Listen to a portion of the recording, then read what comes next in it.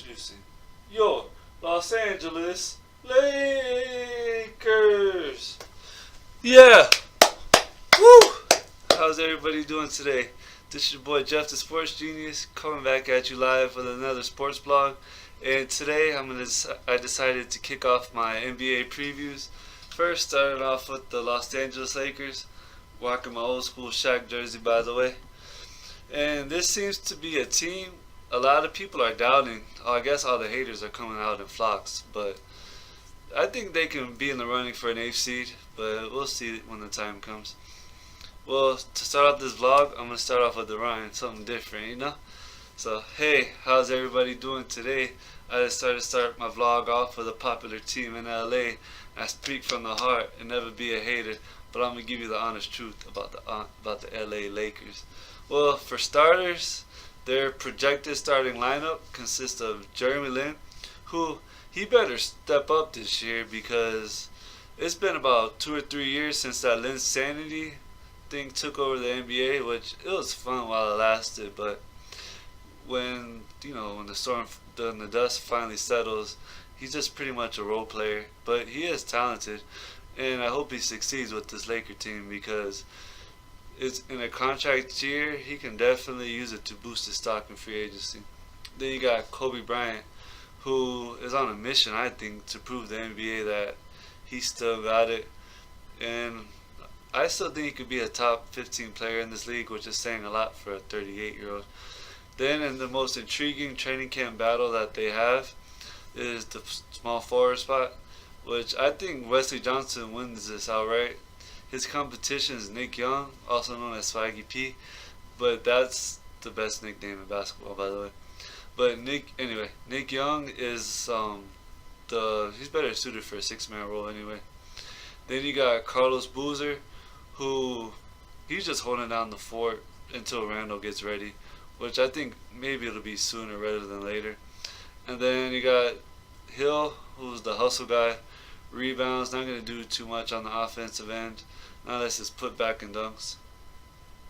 On their bench, they got a couple talented players that they definitely have potential, which I hope, because they got 2 Tar Heels on their bench, you know.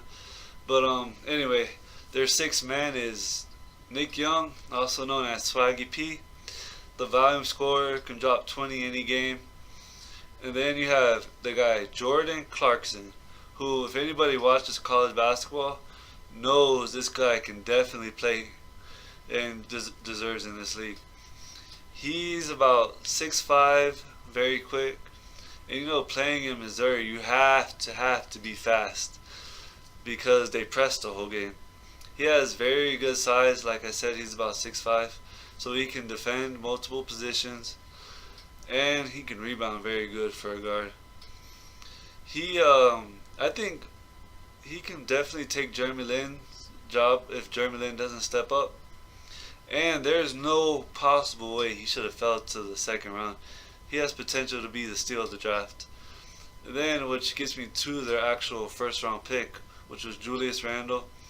I've watched him a lot, actually, because I'm definitely a diehard college basketball fan. And I've seen moments where he dominates, and I'm like, will this translate in the pros? So I kind of question it. And then I've seen moments where I'm like, wow, this guy could be a real good basketball player. But ultimately, I think he just ends up being like not an all-star, but like a very good basketball player. Definitely a starter, but his size definitely limits him. But then we have my boy Ed Davis from North Carolina. Why he hasn't broken out yet, I have no idea. I hope this is the year. Ellington, he's probably a bust. He was a 1st round draft pick a while ago, but he could shoot from the 3-point range. And then Steve Nash, who's pretty much just along for the ride at this point in his career. And Ryan Kelly, serviceable role player.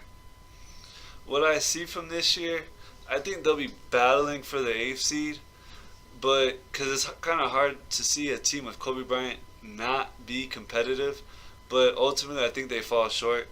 because the West is as competitive as ever. But I think they finished 12th. The 8 through 12 seeds, they're going to be very, very competitive. I think it's going to be a real battle for that. And ultimately, I just think they're going to come up short. I don't think they're there yet, the Lakers. But in my opinion, I don't think it'll be separated by maybe a few games, 3-4 games max. So I'm going to end this blog off with a rhyme, because I'm in that kind of a mood today. It's sad to say the end has come for Kobe. Competitiveness and work ethic has to be admired, but he just needs to retire. I say this without hesitation. Kobe's one of the best athletes of our generation. Laker Nation, he'll be back soon. Stay tuned for the next sports blog inside the mind of a sports genius.